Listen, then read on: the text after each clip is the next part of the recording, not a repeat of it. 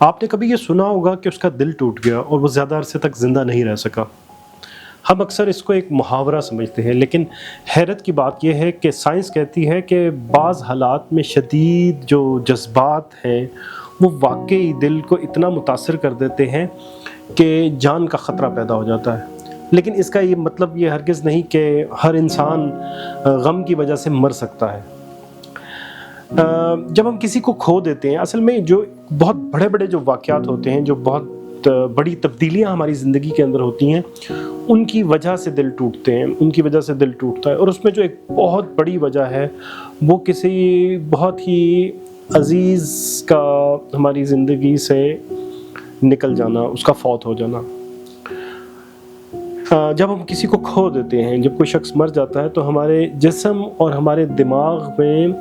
کچھ اس طرح کی چینجز ہوتی ہیں کہ اس کیفیت کو ٹوٹا ہوا دل کہا جاتا ہے۔ جب کوئی بہت قریبی انسان دنیا سے چلا جاتا ہے تو صرف ہمارا دل نہیں ٹوٹتا، ہمارا پورا جسم اس صدمے کا شکار ہو جاتا ہے۔ جیسے ہمیں اگر کسی سے محبت ہو تو وہ محبت ہم کہاں محسوس کرتے ہیں؟ ہم سر کے بال سے لے کر پاؤں کے ناخن تک اس میں محبت کو جو ہے وہ فیل کر رہے ہوتے ہیں۔ اسی طرح سے جب تکلیف ہوتی ہے یا جب دل ٹوٹتا ہے، کسی صدمے کا شکار ہوتے ہیں، کسی غم کا شکار ہوتے ہیں، تو وہ بھی پورے جسم پہ اثر انداز ہو رہی ہوتی ہے وہ کیفیت۔ اس پہ بھوک کم لگتی ہے، بھوک ختم ہو جاتی ہے، بھوک لگتی ہی نہیں ہے، کسی کام میں دل نہیں لگتا، نیند خراب ہو جاتی ہے، سانس خراب ہو جاتی ہے، بعض لوگوں کو سینے میں درد محسوس ہوتی ہے اور وہ درد ہارٹ اٹیک سے مشابہ ہوتی ہے۔ ایک تحقیق ہے جس میں ایک نام دیا گیا ہے وڈو ہوڈ ایفیکٹ۔ کہا یہ جاتا ہے کہ جو عمر رسیدہ لوگوں میں اگر میاں بیوی میں سے کوئی کسی ایک کا انتقال ہو جائے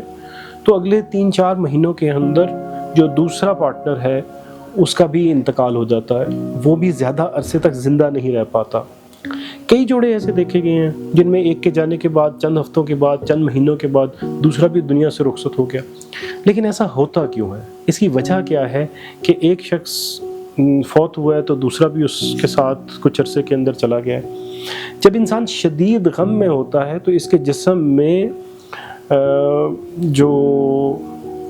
ڈفرینٹ قسم کے کیمیکلز جو ہیں ان کا جو ہے اتار چڑھاؤ ہوتا ہے، مدافعتی جو نظام ہے وہ کمزور ہو جاتا ہے، اور ساتھ ساتھ جو ہے وہ ڈپریشن بھی شامل ہو جاتا ہے اس کے ساتھ، اور نیچرلی انسان جو ہے وہ اپنی صحت کا خیال رکھنا چھوڑ جاتا ہے، دوائیاں وقت پر نہیں لیتا، کھانا کم کھایا جاتا ہے، ورزش ہوتی نہیں ہے، اور مسلسل انہی سوچوں کے اندر بندہ مبتلا رہتا ہے، ڈاکٹر کے پاس جانا بھی مشکل فیل ہو رہا ہوتا ہے، اور ان سب چیزوں کا جو اثر ہے وہ جسم پر پڑ رہا ہوتا ہے، بیماریوں کا خطرہ بڑھ جاتا ہے۔ اور ایک اور حیران کن بیماری جو اسی کیفیت کے اندر پیدا ہوتی ہے اس کو نام ہی بروکن ہارٹ سنڈروم کہا جاتا ہے۔ اچھا، اور اس کا جو افیکٹ ہے یہ بہت کوئک ہوتا ہے، چند منٹوں کے اندر جو ہے وہ جسم کا وہ حصہ جہاں پر خون کا جو ہے وہ دباؤ پریشر بڑھ جاتا ہے، اور یہ والا جو حصہ اوپر سے سکڑنا شروع ہو جاتا ہے اور نیچے سے جو ہے وہ تھوڑا سا پھیل جاتا ہے، خون دل کے اندر جمع ہونا شروع ہوتا ہے، اور جب خون کے پٹھوں تک آکسیجن کم پہنچتی ہے چونکہ خون کی مقدار وہاں پہ بڑھ گئی ہوتی ہے، تو اس وقت انسان کو ایسے محسوس ہو رہا ہوتا ہے جیسے اس کو ہارٹ اٹیک ہو رہا ہو، جیسے میں نے آپ کو پہلے بتایا، شدید سینے کا درد اور سانس کا پھولنا۔ جو ٹریڈیشنل میتھڈز ہیں ہارٹ کے اوپر جو کام کر رہے ہوتے ہیں ڈاکٹرز، وہ شاید اس میں ریکگنائز بھی نہیں ہوتا کہ اس کو ہارٹ اٹیک ہو رہا ہے اس وقت، یا اس وقت وہ دل کی کسی تکلیف کا شکار ہے۔ فرق صرف یہ ہوتا ہے کہ ہارٹ اٹیک میں دل کی شریانیں جو ہیں وہ بند ہو جاتی ہیں، اور بروکن ہارٹ سنڈروم میں جو ہے وہ جو شریانیں ہیں وہ بند نہیں ہوتی، بلڈ فلو چل رہا ہوتا ہے۔ اس لیے ڈاکٹرز کے لیے ان دونوں کو الگ الگ کرنا تھوڑا سا مشکل ہوتا ہے۔ اچھا، اس کا جو علاج ہے وہ اب اگر تو وہ شخص یا جو پارٹنر ہے وہ اگر تو زندہ رہ گیا اس 2-3 ہفتوں میں یا 4 ہفتوں کے اندر یا 2-3 ماہ کے اندر، یا باقی لواحقین نے جو باقی فیملی ممبرز ہیں انہوں نے اس کو نوٹس کیا کہ اس کی جو کیفیت ہے وہ تبدیل ہو رہی ہے، اور اس کو تھوڑا سا ٹائم دینا شروع کیا، ان کو جو ہے وہ ان کے کھانے وغیرہ کا خیال رکھا، دوائیوں کا خیال رکھا، تو یہ بیماری زیادہ تر جو ہے وہ واپس بھی ہو سکتی ہے۔ اور خواتین میں یہ زیادہ ہوتی ہے، ہسبینڈس کے فوت ہونے پر خواتین جو ہے وہ اس پروسیس میں سے گزر رہی ہوتی ہیں، اور اس میں جو ہے وہ مینوپاز جن خواتین کا ہو چکا ہوتا ہے اس میں جو ہے وہ ویسے ہی ایسٹروجن کی جو مقدار ہے وہ آلریڈی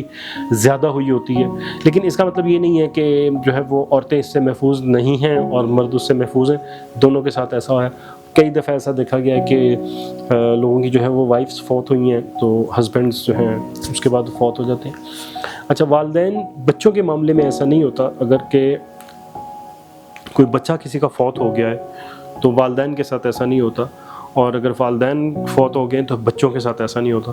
یہ زیادہ تر میاں بیوی کے درمیان میں ہوتا ہے کہ ہسبینڈ فوت ہوا ہے تو اس کی وائف جو ہے وہ اتنے غم کا شکار ہو گئی ہیں، یا وائف جو ہیں وہ فوت ہوئی ہیں تو ہسبینڈ اتنے زیادہ غم کا شکار ہو گئے ہیں۔ تو اس کا مطلب یہ ہوا کہ جو بچے ہیں، جو فیملی ممبرز ہیں، اڈلٹس ہیں، وہ اگر اس کو نوٹس کریں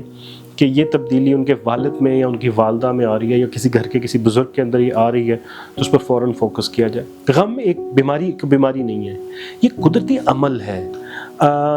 اور یہ کسی کے بھی جانے پر آپ رو سکتے ہیں، اداس ہو سکتے ہیں، اس تکلیف میں سے گزر سکتے ہیں، دل نہیں لگ رہا ہوتا، تو اس کا مطلب یہ نہیں ہے کہ آپ کمزور ہیں، بلکہ اس کا مطلب یہ ہے کہ آپ نے واقعی ان کے ساتھ اتنی محبت کی تھی، ان کے ساتھ اتنی زیادہ انسیت تھی کہ اب ان کے جانے کے بعد جو ہیں وہ برداشت نہیں کر پا رہے۔ اگر کچھ ہفتوں تک یا کچھ مہینوں تک اس پارٹنر کو، ہسبینڈ کو یا وائف کو کوئی ایکٹیویٹی دے دی جائے، کوئی کام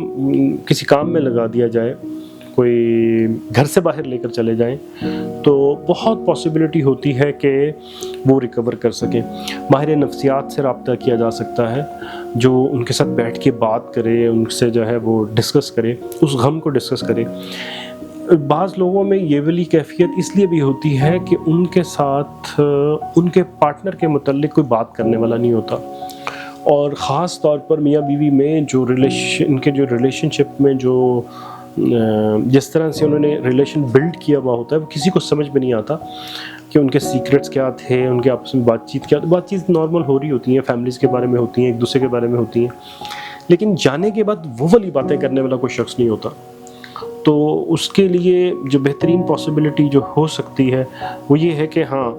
اس کی کوئی ریپلیسمنٹ نہیں ہے، لیکن آپ کو اکیلا بھی نہیں چھوڑا جا رہا، آپ کو بالکل جو ہے وہ اگنور بھی نہیں کیا جا رہا۔ یہ کیفیت بچوں کے اندر بھی ہو سکتی ہے، اسکول کالج کے بچوں میں بھی ہو سکتی ہے، جب وہ اپنے کسی پارٹنر سے جدا ہوں یا ان کی جو ایکسپیکٹیشن کوئی کسی کے ساتھ شادی کی تھی وہ پوری نہیں ہوئی ہے، تو یہ والا معاملہ ان کے ساتھ بھی ہو سکتا ہے، وہ بھی اس تکلیف میں سے گزر سکتے ہیں۔ اور اس کے لیے جو بہترین سجیشن ہو سکتی ہے وہ یہ کہ اس کو نوٹس کریں، اور اگر آپ کو نوٹس ہو جائے تو اس کو اگنور نہ کریں۔ Thank you so much.